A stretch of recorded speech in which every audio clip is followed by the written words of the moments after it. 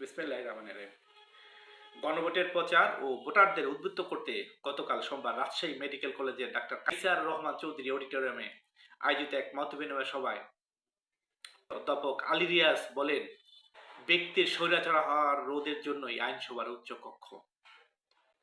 অধ্যাপক আলী রিয়াজ বলেন, আমরা এমন একটি রাষ্ট্র চেয়েছিলাম যেখানে সকল মানুষের সমতা, মানবিক মর্যাদা, ন্যায় বিচার প্রতিষ্ঠিত হবে, কিন্তু গত 54 বছরও আমরা সেই রাষ্ট্র গড়ে তুলতে পারি নাই।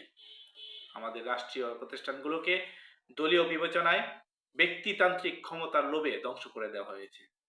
24-এর গণঅভ্যুত্থানের মধ্য দিয়ে সেই অবস্থা থেকে বেরিয়ে আসার সুযোগ আমাদের তরুণরা তৈরি করে দিয়েছে। তিনি বলেন, ভবিষ্যতে রাষ্ট্র ব্যবস্থার সুযোগ নিয়ে আর যেন ফেসিবাদের জন্ম না হয়, তার নিশ্চিত দায়িত্ব আমার, আপনার, আমাদের। তিনি বলেন, বাংলাদেশের বর্তমান রাষ্ট্রীয় ব্যবস্থায় প্রাতিষ্ঠানিক দুর্বলতার সুযোগ নিয়ে বারবার একক ব্যক্তির হাতে ক্ষমতা কুক্ষিগত হয়েছে। তাই কোনো ব্যক্তি বিশেষের উপর নির্ভর না করে প্রাতিষ্ঠানিকভাবে এর মোকাবিলা করতে হবে। এ কারণেই জুলাই সনদে উচ্চ কক্ষ প্রতিষ্ঠার কথা বলা হয়েছে।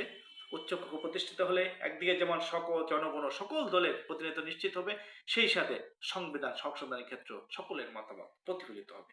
ধন্যবাদ সবাইকে।